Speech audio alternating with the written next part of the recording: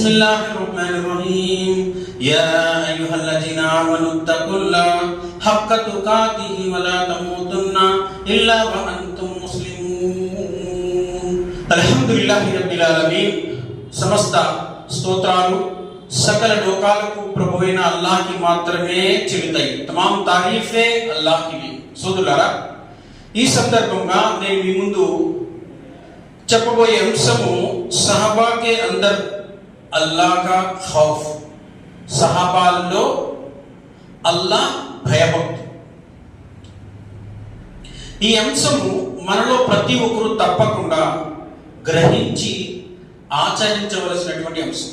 ఎందుకంటే స్వయంగా ఆ అల్లాహ్ సుబ్హానహు వ తఆలా ఖురాన్ మజీద్లో చెప్తున్నాడు, యా అయ్యుహల్లదీనా ఆమనుత్తకుల్లాహ హక్క తుకాతిహి. ఓ విశ్వాసులారా, మీరు అల్లాహ్ పట్ల ఎంతగా భయపడాలో అంతగా భయపడండి.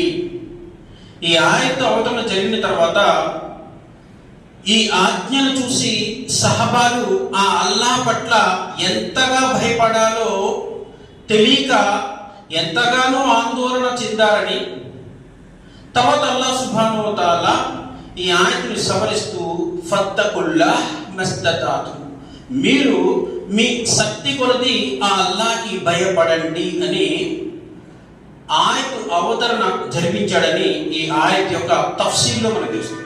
చూడండి సోదరుగా, దీని ప్రకారం మనం అర్థం చేసుకోవాల్సిన విషయం ఏమిటంటే, ఈ ఆయత్ విశ్వాసులకు ఒక గొప్ప అనుగ్రహం.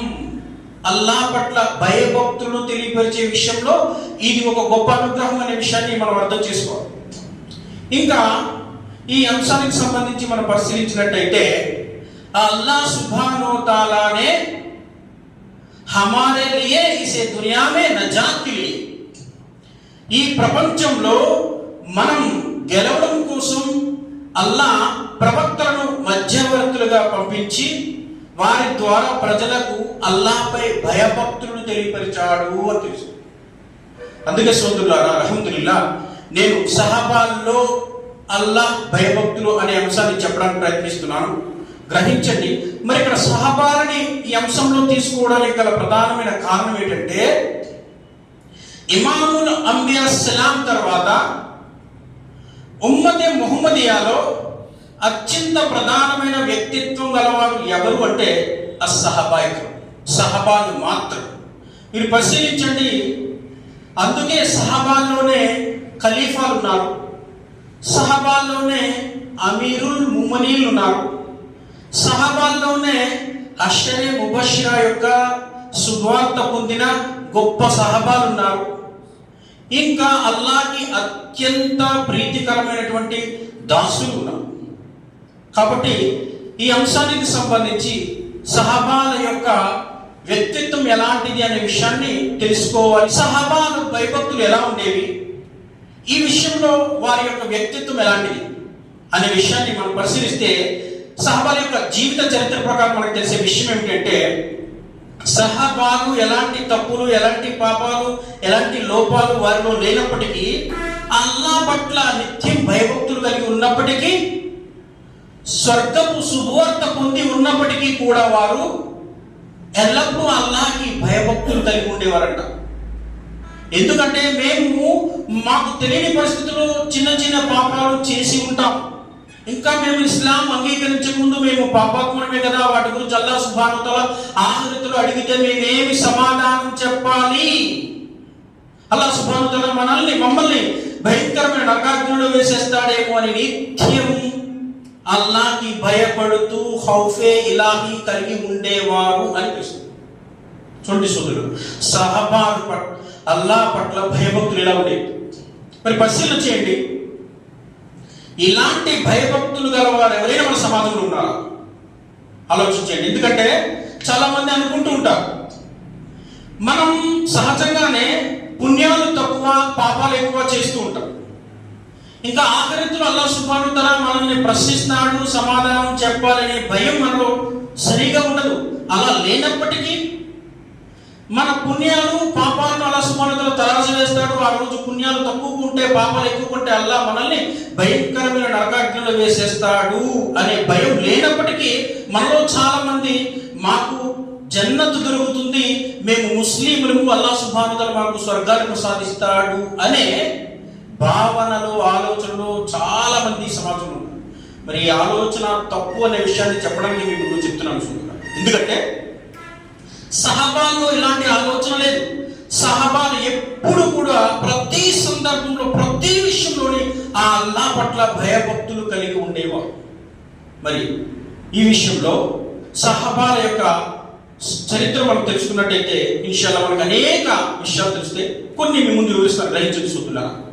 ఉదాహరణకి ముందుగా మనం హజరత్ అబూ బకర్ రలియల్లాహు అన్హు వారి గురించి తెలుసుకుందాం. ఎందుకంటే అంతిమ ప్రవక్త ముహమ్మద్ సల్లల్లాహు అలైహి వసల్లం తర్వాత గొప్ప శ్రేష్టమైనటువంటి ఘనత ఎవరికి దొరుకుతుంది అంటే అబూ బకర్ రలియల్లాహు అన్హు వారికి.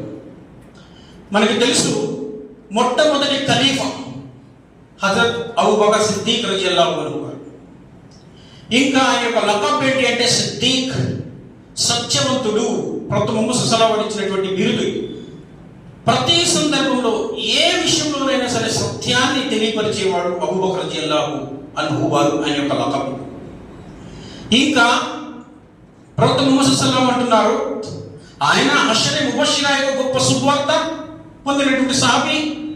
ఇంకా ప్రవక్త ముహమ్మద్ సల్లల్లాహు అలైహి వసల్లం అంటున్నారు అబూ బకర్ రలియల్లాహు అన్హు గురించి, నా తర్వాత నా స్థానంలో అబూ బకర్ రలియల్లాహు అన్హు వారిని పెట్టి మీరు నమాజును స్థిరపరచండి.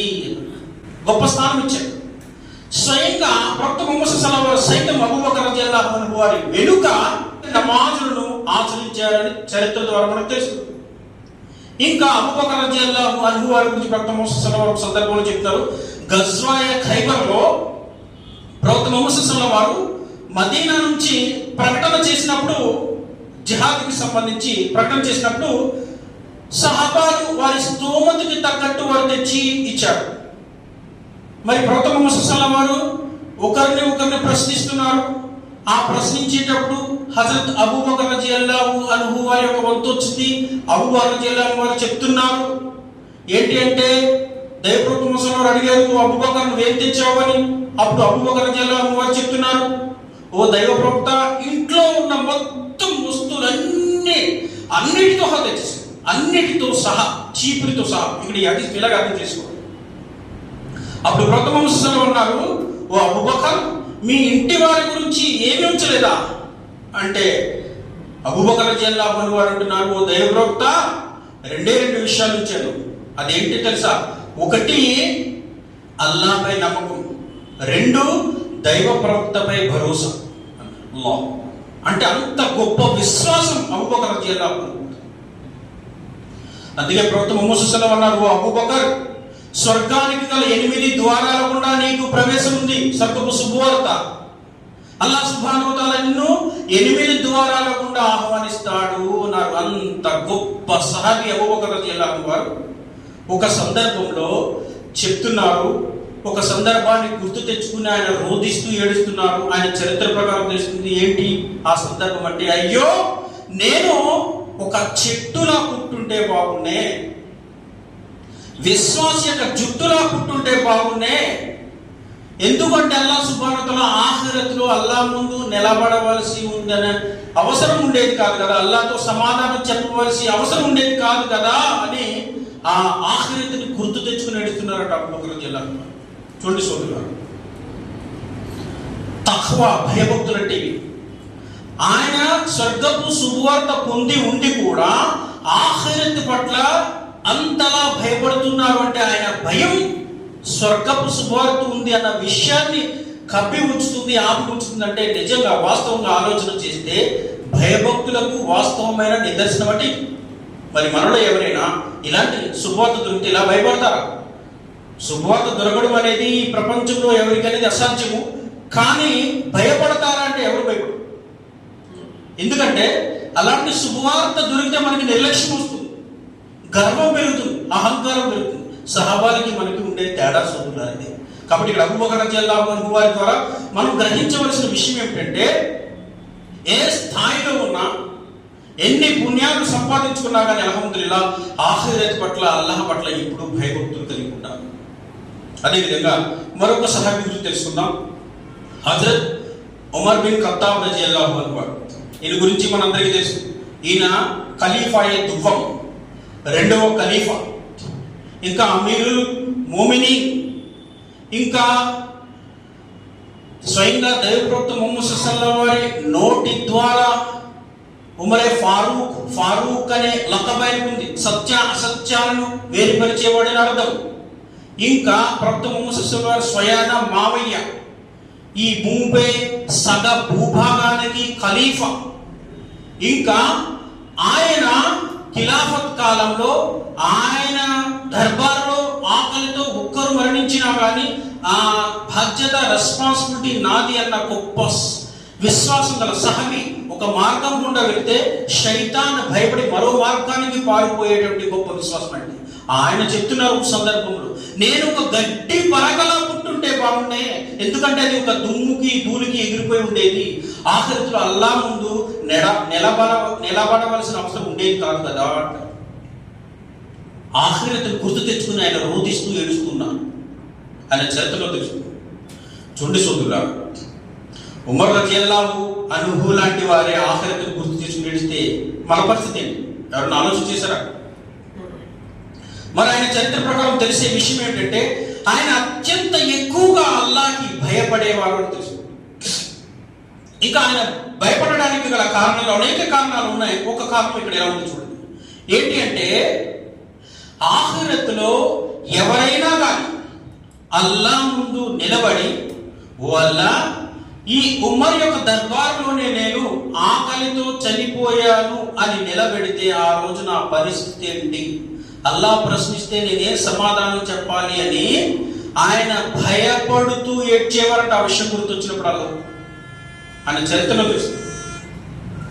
అందుకే ఆయన రాత్రులు పహారా చేస్తూ ఉండేవారు. ఇంకా ఒక్కొక్కసారి ఆయన యొక్క భార్యని కుల్సుమ్ రజియల్లాహు అన్హా వారిని తీసుకెళ్లేవారు స్త్రీల యొక్క సమస్యలు తెలుసుకోవడానికి. ఒక్కోసారి ఆయన యొక్క బానిసలు తీసుకుని వెళ్ళేవారు బానిసల యొక్క సమస్యలు తెలుసుకోవడానికి. ఒక సందర్భంలో ఇలా జరిగింది చూడండి. సందర్భం వచ్చింది ఒకటి చెప్తున్నాను. ఏంటి ఆ సందర్భం అంటే, ఉమర్ రజియల్లాహు అన్హు వారు పహారా చేస్తున్నప్పుడు ఎక్కడి నుంచో చిన్న పిల్లల యొక్క ఏడుపు వినిపించింది, ఆయన రోదన వినిపించింది. ఏంటి ఆ ఏడుపు అని ఉమర్ రజియల్లాహు అన్హు వారు అటువైపు ప్రయాణం చేశారు. ఆ శబ్దం వైపు ప్రయాణం చేసినప్పటికీ అక్కడ ఒక సంఘటన చూశారు. ఆయన ఒక స్త్రీ పొయ్యిపై కుండ పెట్టి కుండలో నీళ్లు పోసి కింద మంట పెట్టి వండుతుంది. అందులో ఏమీ లేదు, నీటిని మాత్రం వండుతుంది, వండినట్టు నటిస్తుంది. ఆ పిల్లలు ఏడుస్తున్నారు, ఆకలి ఆకలి అంటే. ఆమె సముదాయిస్తుంది, తయారైన తర్వాత నేను లేపుతాను, పడుకోండి, నిద్రపోండి అని. పిల్లలు ఏడుస్తున్నారు.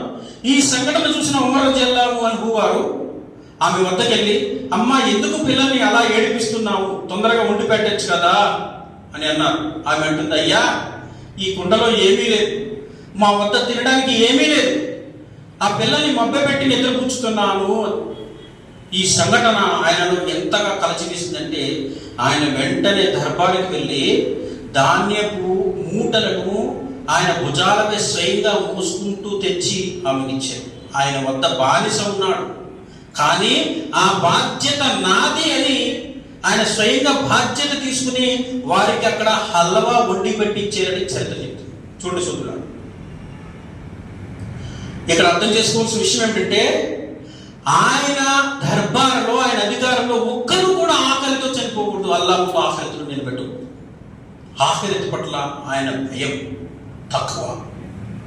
చూడండి సోదరులారా, ఇంకా ఆయన యొక్క చరిత్రలో తెలిసే విషయం ఏమిటంటే ఆయన సకరాత్ సమయంలో, మరణ సమయంలో ఆయన చెప్తూ ఉన్నారు ఈ విషయం ఏంటి అంటే, నేను ఆఖిరతులో నరకాగ్ని నుండి రక్షించుకోవడం కోసం అల్లాహ్ సుబ్హానహు వ తఆలా నాకు పర్వతం అంత బంగారం ఇచ్చినా కానీ నేను దాన్ని అల్లాహ్ మార్గంలో సదకా చేసేసేవాడిని అంటున్నాను. అబ్దుల్లా బిన్ ఉమర్ రజియల్లాహు అన్హు వారిని పిలిపించాను. ఆయన ఎవరు? ఉమర్ రజియల్లాహు అన్హు వారి యొక్క కొడుకు. నేను ఇంటికాలు అయిపోయిన తర్వాత, మరణించిన తర్వాత అమ్మ ఆయిషా రజియల్లాహు అన్హా వారి దగ్గరికి వెళ్ళండి, వెళ్ళి పర్మిషన్ అడగండి, నేను నా ఇద్దరు స్నేహితుల మధ్య నేను సమాధి అవ్వాలనుకుంటున్నాను. ఇద్దరు స్నేహితులు ఎవరు? దైవప్రవక్త ముహమ్మద్ సల్లల్లాహు అలైహి వసల్లం వారు, అబూబకర్ రజియల్లాహు అన్హు. అమ్మ ఆయిష పర్మిషన్ ఇస్తే నన్ను అక్కడ సమాధి చేయండి, లేదంటే జన్నతుల్ బఖీలో చేసేయండి. జాగ్రత్త. అమ్మ ఆయిష రజియల్లాహు అన్హా వారి దగ్గరికి వెళ్ళినప్పుడు అమీరుల్ మోమినీన్ అని అనకండి, ఎందుకంటే నా యొక్క మరణం అయిపోయిన వెంటనే ఈ విషయం ఖతమైపోద్ది, ఉమరే ఫారూక్ అని పిలవండి. అలాగే అమ్మ ఆయిష రజియల్లాహు అన్హా వారు పర్మిషన్ ఇచ్చారు. ఉమర్ రజియల్లాహు అన్హు వారిని ఖబర్ చేశారు. ఇక్కడ అర్థం చేసుకోవాల్సిన విషయం ఏంటి? ఉమర్ రజియల్లాహు అన్హు వారి యొక్క జీవితం మనకు చెప్పే విషయం ఏంటి? అల్లాహ్ పట్ల భయభక్తులు అనేవి ఆయన జీవితంలో మనం ఎలా అర్థం చేసుకోవాలి అంటే, సోదరులారా చూడండి, ఆయనకి ఎంత అధికారం ఉన్నా, ఎంత రాజ్యం ఉన్నా, ఎంత ధనం ఉన్నా, ఎలాంటి స్థాయిలో ఉన్నా, ఏ పొజిషన్లో ఉన్నా, ఆయన స్వర్గపు సువార్త పొంది ఉండి కూడా ఆయన ఆ అల్లాహ్ పట్ల, ఆఖిరత్ పట్ల ఎప్పుడు భయపడుతూ ఉండేవారు. ఆయన ద్వారా మనం నేర్చుకునేటువంటి గుణపాఠం ఈ విషయం. ఇంకా ఇహలోకంలో మరియు పరలోకంలో కూడా సత్పురుషులతో ఉండాలి అని ఆయన ద్వారా మనం గుణపాఠం నేర్చుకున్నాం. సోదరులారా, మనం ఎప్పుడైనా మరి దువా చేసామా? వల్ల ఇహలోకంలో మరియు పరలోకంలో కూడా సత్పురుషులతో ఉండే భాగ్యం దువా చేసామా? సోదరులారా, లేదు. సహాబాలు మనకి ఒక ఉదాహరణ అర్థం చేసుకోవచ్చు. అదేవిధంగా మరొక సహాబీ గురించి మనం తెలుసుకుంటాం. ఈయన ఎవరు అంటే ఉస్మాన్ ఘనీ రజియల్లాహు. ఉస్మాన్ ఘనీ రజియల్లాహు అన్హు వారు కూడా అషరే ముబషిర సువార్త పొందినటువంటి గొప్ప సహాబీ. ఈయన లఖబ్ ఏంటి? ఘనీ. ఘనీ అంటే అంతులేని ధనవంతుడు అని. ఈయన ఎంత ధనవంతుడు అంటే ఒక సందర్భం ఇలా ఉంది చూడండి. దైవప్రవక్త మోసగా చెప్తున్నారు, గజ్వాయ ఖైబర్కి సంబంధించి ప్రకటన చేసినప్పుడు అందరూ వారి స్తోమతకు తగ్గ తీసుకొచ్చి ఇచ్చారు ఖిలాఫత్కి. కానీ ఉస్మాన్ ఘనీ రజియల్లాహు అన్హు వారు ఆయన ఇచ్చినటువంటి ధనం ఎవరు లేదు, అంత ధనాన్ని ఇచ్చారు. ఆయన గొప్ప సత్కార్యాలు చేసేవారు, గొప్ప ధనవంతుడు. మరి అలాంటి గొప్ప సహాబీ ఖబర్స్థానికి వెళ్ళినప్పుడు ఆ ఖబర్స్థాన్ని చూసి ఏడుస్తూ ఉండేవారంట. ఆయన చరిత్రలో తెలుస్తుంది. సహాబాలందరూ వెళ్ళిపోయేవారు, కానీ ఆయన అలా ఏడుస్తూనే ఉండేవారు. అయితే ఆయన చెప్తున్నారు, అలా ఎందుకు ఏడుస్తున్నారు అంటే, మనం ఎప్పటికైనా సరే ఈ ఖబర్స్థానికే కదా రావాల్సింది. మన యొక్క మొదటి గమ్యము ఈ ఖబర్స్థానే కదా. ఈ ఖబర్స్థాన్లో మనం గెలిస్తే అల్హమ్దులిల్లాహ్ ఆఖిరతులో అల్లాహ్ ముందు మనం గెలిచినట్టు. నేను మరణించిన తర్వాత నన్ను తీసుకొచ్చి ఇక్కడ పూడ్చిపెట్టి వెళ్ళిపోతారు. మరి నాతో ఈ ఖబర్ ఎలా ఉంటుందో నాకు తెలియదు కదా, నా మజిలీ ఎలా ఉంటుందో నాకు తెలియదు కదా. అందుగురించే దీన్ని చూసినప్పుడల్లా నాకు అలా ఏడుపు వచ్చేస్తూనే ఉంటుంది అంటారు. చూడండి చూడండి, ఉస్మాన్ ఘనీ రజియల్లాహు అన్హు లాంటి గొప్ప సహాబీ, స్వర్గపు సువార్త పొంది ఉన్న సహాబీ, అషరే ముబషిర సువార్త పొంది ఉన్న సహాబీ ఖబర్స్థానికి వెళ్ళి ఆఖిరత్ గురించి, ఖబర్ గురించి ఆలోచన చేస్తున్నారంటే, మన జీవితకాలంలో మనం ఎన్నిసార్లు ఖబర్స్థానికి వెళ్ళి ఉంటాం? ఒక్కరైనా ఖబర్స్థాన్ గురించి ఆలోచన చేయించారా? మన ఖబర్ ఎలా ఉంటుంది అనేది ఏనాడైనా ఆలోచన చేశారా? సహాబాలకి మనకు ఉండే తేడా చూడండి. అదేవిధంగా మరొక సహాబీ చూడండి, హజరత్ అలీ ఇబ్నే అబీ తాలిబ్ రజియల్లాహు అన్హు. ఈ యొక్క ఫజీలత్ ఏంటి అంటే, ఈయన కూడా అషరే ముబషిర యొక్క గొప్ప సువార్త పొందిన సహాబీ. ఇంకా ఈయన దైవప్రవక్త ముహమ్మద్ సల్లల్లాహు అలైహి వారి స్వయాన చిన్నాన్న కొడుకు. ఇంకా ప్రవక్త ముహమ్మద్ సల్లల్లాహు వారి యొక్క అల్లుడు కూడా. చిన్నప్పుడే ఇస్లాం అంగీకరించినటువంటి ఘనత ఉంది. ఆయన జీవితకాలంలో ఎన్నో సత్కార్యాలు చేశారు అలీ రజియల్లాహు అన్హు. ఆయన ప్రతిరోజు తహజ్జుద్ సమయంలో ఎక్కువగా అల్లాహ్కి ఇబాదత్ చేస్తూ, ఇంకా అల్లాహ్తో దువా చేసుకుంటూ, ఆఖిరతిని ఆలోచిస్తూ ఏడుస్తూనే ఉండేవారు అలీ రజియల్లాహు అన్హు వారి జీవిత చరిత్ర ద్వారా. ఇంకా ఆయన ఎప్పుడూ విషయం చెప్పేవారు, ఓ ప్రజలారా, ఈ ప్రపంచం కోసం మీరు పెద్ద పెద్ద కలలు కనకండి. ఈ ప్రపంచం వెనుక పడి మీరు మీ పుణ్యాలను మీరు నాశనం చేసుకోకండి. నిస్సందేహంగా ఈ ప్రపంచపు వ్యామోహం మిమ్మల్ని ఆఖిరతికి దూరం చేస్తుంది అన్న విషయం. ఈరోజు సమాజంలో అనేక మంది గుమ్రా అయిపోవడం కారణం ఇదే. సోదరులారా, బేనమాజీల కింద అయిపోవడం కారణం ఇదే. నమాజ్ వదిలేస్తూ ఉంటారు, ఉపవాసాలు వదిలేస్తూ ఉంటారు, సత్కార్యాలకు దూరంగా ఉంటారు. ఏంటంటే ఈ ప్రపంచం వెనుక పడిపోవడమే కాదు, ఈ ప్రపంచాన్ని పొందాలనే ఉద్దేశమే కాదు. అంతే కదండి, ఎవరు కావాలని ఏదీ చేయరు, కానీ ప్రపంచం పొందాలి. అల్లాహ్ సుబ్హానహు వ తఆలా ఖురాన్లో చెప్తున్నాడు, అల్హాకుముత్ తకాసుర్ హత్తా జుర్తుముల్ మకాబిర్. ఈ ప్రపంచాన్ని పొందాలనే ధ్యాస మిమ్మల్ని పరధ్యానంలో పడిసింది. మీరు ఈ ప్రపంచాన్ని పొందలేరు, కానీ ఇదే వ్యామోహం మీరు ఖబర్స్థాన్కి వెళ్ళిపోతారు. అలీ రజియల్లాహు అన్హు వారు కూడా అదే చెప్తున్నారు. దీన్ని వెనుక పడిపోకండి. అంటే ఈ ప్రపంచంలో మనం బ్రతకాలి, బ్రతకడానికి సంపాదించాలి. ఎంతైతే సంపాదించాలో, ఏ విధంగా అయితే బ్రతకడానికి మనకి ఇక్కడ అవసరమో అలా ఉండాలి తప్ప దీన్ని వెనుక పడిపోయి నమాజులు వదిలేసి, సత్కార్యాలు మానేసి, మసీదుకు దూరం అయిపోయి, జమాత్కు దూరం అయిపోయి ఉంటే గుమ్రా అయిపోతామని అలీ రజియల్లాహు అన్హు వారి ద్వారా మనం ఈ గుణపాఠాన్ని నేర్చుకోవాలి. అదేవిధంగా మరొక సహాబీ గురించి తెలుసుకుందాం. ఈయన ఎవరు అంటే అబూ హురైరా రజియల్లాహు అన్హు వారు. చూడండి, అబూ హురైరా రజియల్లాహు అన్హు వారు ఎక్కువగా ప్రవక్త ముహమ్మద్ సల్లల్లాహు అలైహి వసల్లం వారితో ఉండేవారు. దర్సే హదీస్ ఎక్కువ వినేవారు. ప్రవక్త ముహమ్మద్ సల్లల్లాహు అలైహి వసల్లం చెప్పినటువంటి మాటని ఎలా అయితే మాట వచ్చిందో ఆ మాటని అలాగే రాసేవారు, హదీస్ కింద రాసేవారు. అబూ హురైరా రజియల్లాహు అన్హు వారి యొక్క జీవిత చరిత్రలో సుమారు 5500 హదీసులు లెక్కించారంట. ప్రవక్త ముహమ్మద్ సల్లల్లాహు అలైహి వసల్లం వారి యొక్క మాట 5500 హదీసులు. చూడండి ఆయన యొక్క ఫజీలత్. ఆయన ప్రవక్త ముహమ్మద్ సల్లల్లాహు అలైహి వసల్లం వారితో ఒక సందర్భంలో అడుగుతున్నారు, ఓ దైవ ప్రవక్త, నేను ఎప్పటికీ కూడా మీ యొక్క మాటలను, మీ యొక్క హదీసులను నేను మర్చిపోకూడదు, ఏం చేయాలి? దైవప్రవక్త ముహమ్మద్ సల్లల్లాహు అలైహి వసల్లం ఆ సందర్భంలో ఒక హదీసు పూరిస్తున్నారు. ఆ హదీసు పూర్తి చేసి ఆయన కప్పుకున్నటువంటి దుప్పటిని, చద్దరిని తీసి అబూ హురైరాకి ఇచ్చి, ఓ అబూ హురైరా, దీన్ని మీరు హత్తుకోండి అన్నారు. అబూ హురైరా రజియల్లాహు అన్హు వారు ఆ చద్దరిని హత్తుకున్నారు. తర్వాత అబూ హురైరా రజియల్లాహు అన్హు వారు చెప్తున్న సందర్భంలో, నేను ఎప్పుడైతే ప్రవక్త ముహమ్మద్ సల్లల్లాహు అలైహి వసల్లం ఇచ్చిన చద్దరిని హత్తుకున్నానో అప్పటి నుంచి నేను ఒక్క హదీస్ కూడా మర్చిపోలేదు. నా హృదయంలో ఒక్క హదీస్ కూడా బయటికి వెళ్ళలేదని లా. అంత గొప్ప అబూ హురైరా రజియల్లాహు అన్హు వారు చూడండి, ఒక సందర్భంలో సకరాత్ సమయంలో ఏడుస్తున్నారు. సకరాత్ సమయం ఏంటో తెలుసా? ఎందుకు ఏడుస్తున్నారంటే, ఆయన నిస్సందేహంగా ఈ దునియా యొక్క జీవితం చాలా చిన్నది, ఆఖిరత్ యొక్క సఫర్, ఆ ప్రయాణం చాలా పెద్దది. మరి ఈ దునియాలో నేను సంపాదించుకున్నటువంటి పుణ్యాలు ఆఖిరత్ యొక్క సఫర్లోకి అవి ఉపయోగపడతాయా లేదా, సరిపోతాయా లేదా, ఆ పుణ్యాలతో నేను ఆఖిరత్లో కామయాబ్ అవుతానా లేదా అని ఆయన చివరి నిమిషాల్లో ఏడుస్తూ ఉన్నారట, భయపడుతూ ఏడుస్తున్నారట. ఆయన చెప్తున్నారు, చూడండి చూస్తున్నారు. ఉలమా చెప్పే మాట ఏంటంటే 5500 హదీసులు అల్హమ్దులిల్లా అబూ హురైరా రజియల్లాహు అన్హు వారు ఉల్లేఖించారు కదా.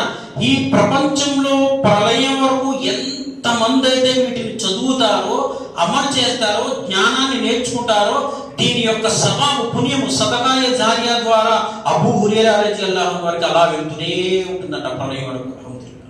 మరి ఆ రోజు అల్లాహ్ ముందు నిలబడినప్పుడు ఆయన వద్ద ఎన్ని పుణ్యాలు ఉంటాయి? పుణ్యాలతో ఎవరైనా పోటీ పడగలరా?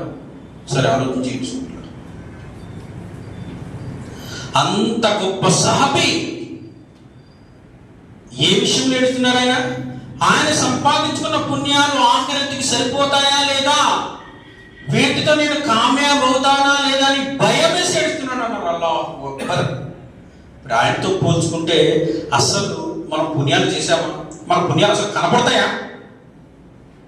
పుణ్యాల లిస్టులో మన పుణ్యాలు ఎక్కడ ఉంటాయి?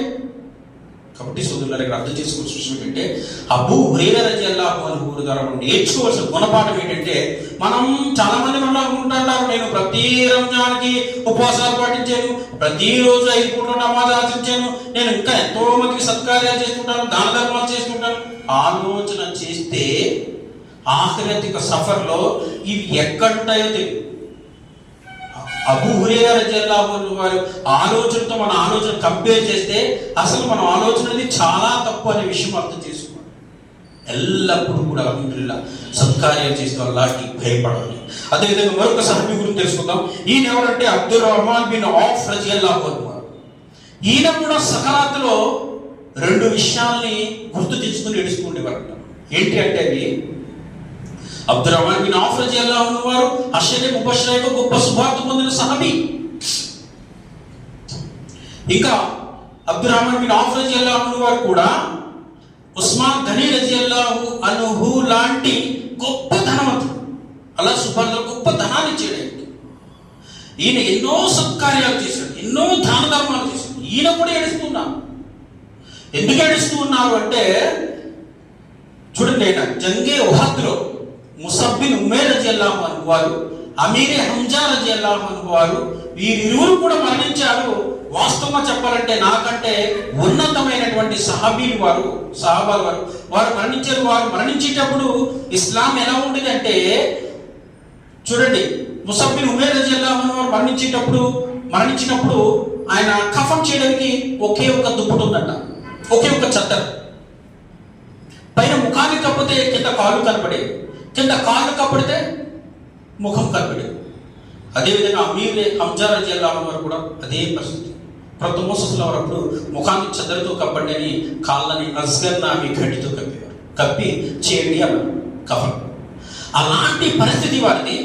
ఈరోజు నా యొక్క మరణం ఎలా జరుగుతుంది అంటే, నా వద్ద చుట్టూ ఎంతో బంగారం ఉంది, ధనం ఉంది, డబ్బున్న వ్యక్తిగా నేను ఉన్నాను. ఇప్పుడు ఈ సమయంలో నాకు మరణం వస్తే అల్లాహ్ సుబ్హానహు వ తఆలా ఆఖిరతులో నేను ఇవ్వవలసిందంతా ఈ దునియాలోనే ఇచ్చేశాను, ఇక్కడ ఏమీ లేదు అని అంటే నా పరిస్థితి ఏంటి? అందుకే వల్ల ఈ ధనం నాకొద్దు, ఈ బంగారము, ఈ విలాసాలు నాకు ఏమొద్దు, నాకు ఆఖిరత్ కావాలి, నాకు జన్నత్ కావాలి, ఆఖిరతులో నీ కారుణ్యం కావాలని ఆయన రోధిస్తూ ఏడుస్తూ ఉన్నారు సకరాత్ సమయంలో. అప్పుడు ఈయన చూడండి సోదరులారా, అబ్దుర్రహ్మాన్ బిన్ ఔఫ్ రజియల్లాహు అన్హు కాబట్టి ఆలోచించి,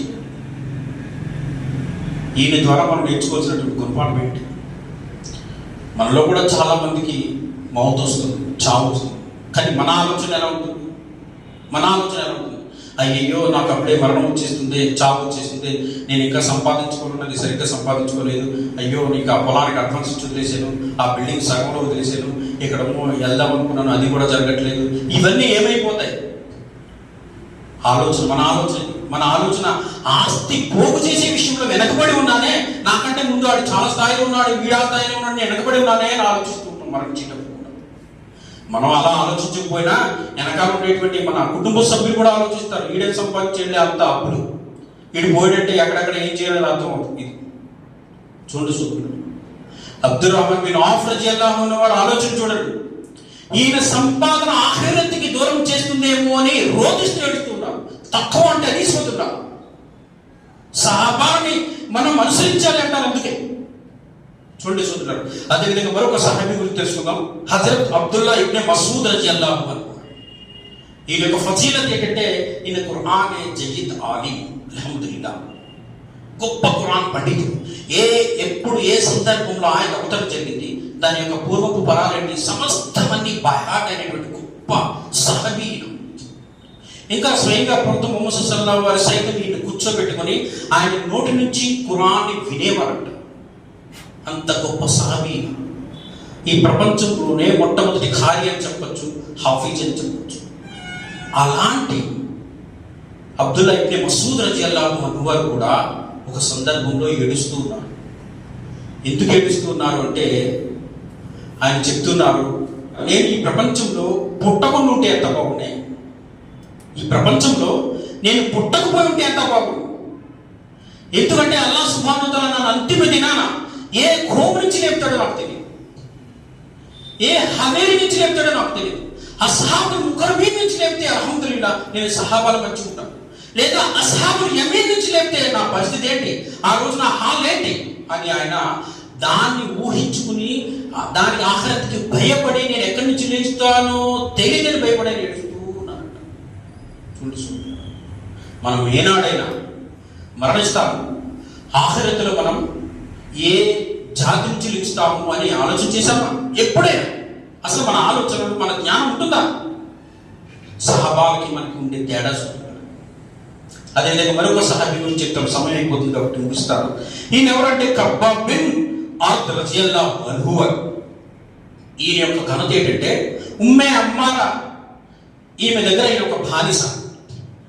ఈయనే ఆ యజమానులను ఎంతగా హింసించేదంటే, నిప్పుల మీద పడుకోబెట్టి వీపుపై కుంపటి పెట్టి నువ్వు ఇస్లాంను వదిలేస్తావా లేదా అని హింసించేది. అంత దారుణంగా హింసించేది. అలాంటి హింసను కూడా భరించి ఆయన ఇస్లాం కాపాడుకున్నటువంటి గొప్ప సహాబీ ఈయన కూడా సహరాత్రులు ఏడుస్తూ ఉన్నారు. ఎందుకు ఏడుస్తున్నారు తెలుసా? అల్లాహ్ సుబ్హానహు వ తఆలా ఆఖిరతులో ఇస్లాం కష్టకాలంలో నువ్వు ఎంతో కష్టపడ్డావు, నేను హింసించే రోజుల్లో ఇస్లాం కోసం ఎంతో కష్టపడ్డావు, మరి సుఖపడే రోజులు ఇవి. ఎందుకంటే ప్రపంచంతో ఇస్లాం అంగీకరించింది. సంతోషపడే రోజులు, సుఖపడే రోజులు. ఇప్పుడు నువ్వేం కష్టపడవు నా కోసం అని అల్లాహ్ అడిగితే నేను సమాధానం చెప్పను అని భయం వేసి ఏడుస్తున్నాను అంటున్నారు. చూడండి. అదే మరొక సాహిత్యం గురించి తెలుసుకుందాం. అంటే అబ్దుల్లా బిన్ రవాహా రలియల్లాహు అన్హు, ఈయన ఒక సందర్భంలో ఆయన యొక్క భార్య ఒడిలో పడుకుని ఏడుస్తున్నారు. ఆయన భార్య ఒడిలో పడుకుని ఏడుస్తూ ఉన్నారు. ఏడుస్తూ ఉన్నప్పుడు ఆయన ఏడుస్తున్నారని చెప్పేసి ఆయన భార్య కూడా ఏడుస్తుంది. కొంతసేపటికి ఆయన అడిగారు, భార్య నువ్వు ఎందుకు ఏడుస్తున్నావు అని. మీరు ఏడుస్తున్నారని నేను ఏడుస్తున్నానంటే అప్పుడు ఆయన చెప్తున్నారు, ఏం చెప్తున్నారంటే నాకు ఖురాన్లో అల్లాహ్ ఆదేశం గుర్తొచ్చింది, మీలో ప్రతి ఒక్కరు అక్కడికి చేరవలసిందే, ఆ సిరాత్ వంతెన దాటవలసిందే అనే ఆయన గుర్తొచ్చి నేను ఏడుస్తున్నాను. ఫుల్ సిరాత్ వంతెన దాటవలసిందే అనే ఆయన. ఫుల్ సిరాత్ వంతెన అంటే ఏంటో తెలుసుకుంటున్నారా? ఈ ఫుల్ సిరాత్ వంతెన అనేది నరకంపై వేసినటువంటి ఒక బ్రిడ్జ్. ప్రతి విశ్వాసి కూడా ఆ బ్రిడ్జి దాటి జన్నతులోకి వెళ్తారు. ఆ బ్రిడ్జ్ ఎలా ఉంటుందంటే తల వెంట్రుక కంటే సన్నంగా ఉంటుంది, నిచ్చెనలా నిటారుగా ఉంటుంది. ప్రతి విశ్వాసి దాన్ని దాటుకుని వెళ్ళాలి. చూడండి, హదీసులు చెప్తున్నాయి, కొంతమంది మెరుపు కంటే వేగంతో వెళ్ళిపోతారు, కొంతమంది గాలి కంటే వేగంతో వెళ్ళిపోతారు, కొంతమంది అస్సం వేగంతో వెళ్ళిపోతారు, కొంతమంది పరుగును వెళ్ళిపోతారు, కొంతమంది నడుచుకుంటూ వెళ్ళిపోతారు, కొంతమంది కుంటుకుంటూ వెళ్ళిపోతారు, కొంతమంది పాకుకుంటూ వెళ్ళిపోతారు. వారి విశ్వాసాన్ని బట్టి వారు వెళ్తారు.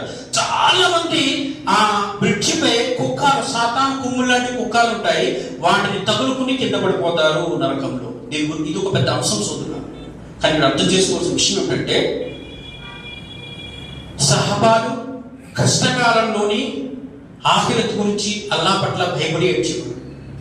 అలాగే సుఖ సమయంలోని కూడా ఆఖిరత్ గురించి అల్లాహ్ పట్ల భయపడి ఏడ్చేవారు. మనలో ఎవరైనా ఆలోచించేయండి, భార్య ఒళ్ళు తలపెట్టి ఆఖిరత్ గురించి ఆలోచించుకుంటున్నాడు ఈ ప్రపంచంలో. ఆఖిరత్ గురించి, ఫుల్ సిరాత్ వంతెన గురించి ఉన్నారా? అది సహబాలకి మనకు ఉండి తేడా చూడాలి. కాబట్టి సోదరులారా, సహబాలని మనం ఒక ఆదర్శంగా తీసుకోవాలి. అయితే ఇక్కడ ఆలోచించేయండి, సహబాల్లో అల్హమ్దులిల్లా వారు రజియల్లాహు అన్హు అయి ఉండి స్వర్గపు శుభవార్త పొంది ఉండి ఎన్నో పుణ్యాలు వారితో ఉండి కూడా వారు అల్లాహ్ పట్ల ఎందుకు అంతలా భయపడేవారు? వారిని ఎందుకు అలా భయభక్తులు జనించేది? మరి మనలో ఎలాంటి ఆధారము లేదు, మనకి ఎలాంటి సర్టిఫికెట్ లేదు, జన్నత్కు వెళ్తామనే ఆధారం లేదు, ఇంకా మన ముందు నబీ సల్లల్లాహు అలైహి వసల్లం వారు కూడా లేదు, మన వద్ద సరైన పుణ్యాలు లేవు. అయినా మనలో ఆఖిరత్ పట్ల భయం లేదు, అల్లాహ్ పట్ల భయం లేదు, అల్లాహ్ ప్రశ్నిస్తాడు సమాధానం చెప్పాలని భయం లేదు, నరకంపై అసలే లేదు. ఏంటి కాదు? సహాబాల్లో వాళ్ళు జన్నత్కి వెళ్తామని సర్టిఫికెట్ చేతిలో ఉండి భయపడేవారు. మన దగ్గర ఎలాంటి సర్టిఫికెట్ లేకుండా అయినా మనం భయపడుతున్నాం. ఏంటి కాదు? ఎప్పుడు ఆలోచన చేశారు? దీనికి సంబంధించి మన ఉలమా చెప్తున్నారు, దీనికి ప్రధానంగా మూడు కారణాలు ఉన్నాయి.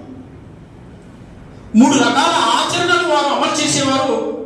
వారు ఆ ఆచరణలో వ్యక్తిత్వం ఉన్నతమైనగా ఉండేది. మనం వాటిని అమలు చేయకపోవడమే కాదు. ఏంటి అంటే ఒకటి వారి యొక్క క్యారెక్టర్, వారి యొక్క ఆచరణ, వ్యక్తిత్వం ఎలాంటిదంటే సహాబాలు ఎప్పుడు కూడా అబద్ధమాడరు, వారు ఎప్పుడు నిజమే మాట్లాడతారు, అనవసరంగా ఎవరిని చంపరు, హత్య చేయరు, స్త్రీలను అవమానం పాలు చేయరు, స్త్రీల యొక్క హక్కు లాక్కోరు, వడ్డీ సొమ్ము తినరు, వడ్డీకి సాక్షిగా కూడా ఉండరు. వారు ఎప్పుడు ప్రతి విషయాన్ని అల్లాహ్తో దువా చేసుకుంటూ ఉంటారు. సహాబాలు యొక్క వ్యక్తిత్వం ఇది. మరి మనం ఎలా ఉంటున్నాం ఈ విషయంలో? చెప్పండి, ఈ విషయంలో మన యొక్క వ్యక్తిత్వం ఏంటి? అన్నింటికి రివర్స్, వ్యతిరేకం. అందుకే సహాబాలాగా మనలో భయభక్తులు లేకపోవడం కాదు. అదేవిధంగా రెండోది ఏంటంటే సహాబాలు ఎప్పుడు కూడా దీపం చేయరు. ఒక సహాబా గురించి మరొక సహాబా ఎప్పుడు తప్పుగా మాట్లాడరు. సహాబాల చరిత్ర చదువుని తెలుస్తుంది. ఒక సహాబా గురించి మరొక సహాబా ఎప్పుడు తప్పుగా మాట్లాడు, చెడుగా మాట్లాడు. ఒక సహాబా గురించి ఈ సహాబా ఎప్పుడు చాడీలు చెప్పరు. ఒక సహాబా కలిశారంటే ఇస్లాం గురించి, షరియత్ గురించి, ఆఖిరత్ గురించి, నబీ సల్లల్లాహు అలైహి వసల్లం యొక్క బోధన గురించే మాట్లాడతారు. మరి మనం ఏం మాట్లాడతాం? తెల్లవారు లేచినంత కీపత్. ఎవరితో మాట్లాడినారు? వాడిలా చేశాడు, వీడిలా చేశాడు. మనకి మనం చూసుకోకుండా ఎంతో గురించి ఆలోచన చేస్తూ ఉంటాం. మన లైఫ్ అంతా అలాగే గడిచిపోతూ ఉంటుంది. గీబత్ ఉంటే మనలో భయభక్తులు జనిస్తాయి. అదేవిధంగా మూడో విషయం ఏంటంటే, సహాబాలు సిఫార్సుపై ఎప్పుడూ ఆధారపడరు. కానీ మనం ఏం చేస్తున్నామంటే, ఆఖరిలో ప్రవక్త మోసం వారు మాకు సిఫార్సు చేస్తారు. ఇంకా చాలా మంది ఔలియాలను ఆరాధించేవారు ఉంటారు. ఔలియాలు సిఫార్సు చేస్తారు, బాబాలు సిఫార్సు చేస్తారు, మా తాత ముత్తాతలు సిఫార్సు. ఈ సిఫార్సు అనే వ్యామోహంలో పడిపోయి నమాజులు వదిలేస్తూ ఉంటారు, బేనమాజీలు అయిపోతుంటారు. ఇంకా ఇస్లాంకి దూరంగా ఉంటారు, ఇస్లామీ ఆచరణకు దూరంగా ఉంటారు, ఉపవాసాలు వదిలేస్తూ ఉంటారు. హజ్ చేసే స్తోమత ఉండి కూడా హజ్ చేయరు. అంత హరాం. ఎందుకంటే ఆఖరిలో సిఫార్సు దొరుకుతుంది. చూడండి సోదరులారా, ఈ కారణాల వల్లే మనం గుమ్రా అయిపోతున్నాం. మనలో భయభక్తులు లేకుండా పోతుంది. కాబట్టి నేను చివరిసారిగా ఖురాన్ నుంచి ఒక ఆయత పఠించి నా ప్రసంగాన్ని ముగిస్తాను. అల్లాహ్ ఖురాన్లో చెప్తున్నాడు, ఫఇన్ ఆమను బిమిస్లి మా ఆమంతుం బిహి ఫఖద్ ఇహ్తదౌ వ ఇన్ తవల్లౌ ఫఇన్నమా హుం ఫీ షికాక్. అల్లాహ్ అంటున్నాడు, సహాబాలు ఏ విధంగా అయితే విశ్వసించారో ఆ విధంగా మీరు విశ్వసిస్తే సన్మార్గం పొందగలరు. అలా కాకపోతే మీరు నిస్సందేహంగా మీరే వైర భావానికి లోనైపోయిన వారు. చూడండి, సహాబాలు ప్రతి విషయంలోనే విశ్వాసము, ఆచరణ ప్రతిదీ చూపించారు. మనం పరిశీలిస్తే దైవ ప్రవక్త ముహమ్మద్ సల్లల్లాహు అలైహి వసల్లం వాడి తర్వాత మనం ఎవరిని అనుసరించాలంటే సహాబా, సలఫ్ యొక్క మార్గాలు. కాబట్టి సోదరులారా, అల్హమ్దులిల్లాహ్ మనం ప్రవక్త ముహమ్మద్ సల్లల్లాహు అలైహి వసల్లం విధేయత కలిగి ఉంటూ సహాబాలను అనుసరిస్తే ఇహపరలోకాలు సాఫల్యాన్ని పొందగలరు.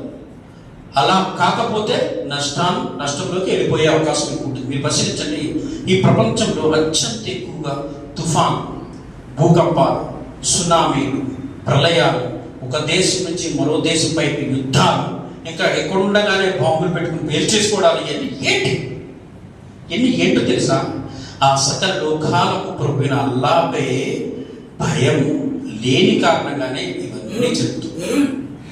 ఆ అల్లాహ్పై సకల లోకాలకు ప్రభు, సృష్టికర్త మన ప్రభు అంతిమ దినాన మనం చేసినటువంటి ప్రతి విషయాన్ని అడుగుతాడు, సమాధానం చెప్పాలి అనే భయం తక్కువ లేని కారణంగానే ఈరోజు ప్రపంచంలో ప్రజలు రుజుమార్గం తప్పిపోతున్నారు, సర్వనాశమైపోతున్నారు. కాబట్టి మనం అర్థం చేసుకోవాలి, ఈ ప్రపంచం వెనుక పడి మనం గుమ్రా అయిపోకూడదు. దైవప్రవక్త ముహమ్మద్ వారి సహాబాని అనుసరించాలి. అల్హమ్దులిల్లాహ్. ఇంకా ఈ ప్రపంచంలో జరిగేటువంటి ఉన్మాదాలు, ఈ ప్రపంచంలో జరిగేటువంటి అజాబులు, శిక్షల నుంచి మనం దూరంగా ఉండాలి. సకల లోకాలకు ప్రభువైన అల్లాహ్పై ఎప్పుడు నిత్యం భయభక్తులు కలిగి ఉండాలి. కాబట్టి నేను అల్లాహ్తో దువా చేసిన వల్ల ఏ విషయాలు అయితే ఇక్కడ నేను చెప్పడం జరిగింది వాటిపై సంపూర్ణ జ్ఞానం తీసుకుని ఆచరణ చేసే భాగ్యం వస్తుంది. ఆమీన్. మరి అల్లాహ్ సుబ్హానహు వ తఆలా అంతిమ దినాన ఎవరినైతే అనుగ్రహిస్తాడో ఆ అనుగ్రహమూర్తుల జాబితాలో మనందరినీ కూడా ఉంచుము. ఆమీన్. మరి అల్లాహ్ సుబ్హానహు వ తఆలా అంతిమ దినాన జన్నత్ యొక్క సౌభాగ్యాన్ని మనం ప్రసాదించు. ఆమీన్. ఇంకా ఎంతమంది అయితే మా తోటి సాతీలు ఇస్లాంకి దూరం ఉంటున్నారో అర్థం చేసుకుని ఇస్లాంపై జీవించే భాగ్యాన్ని ప్రసాదించు. ఆమీన్. ఆమీన్. ఒక రిదావన అల్హమ్దులిల్లాహి రబ్బిల్ ఆలమీన్.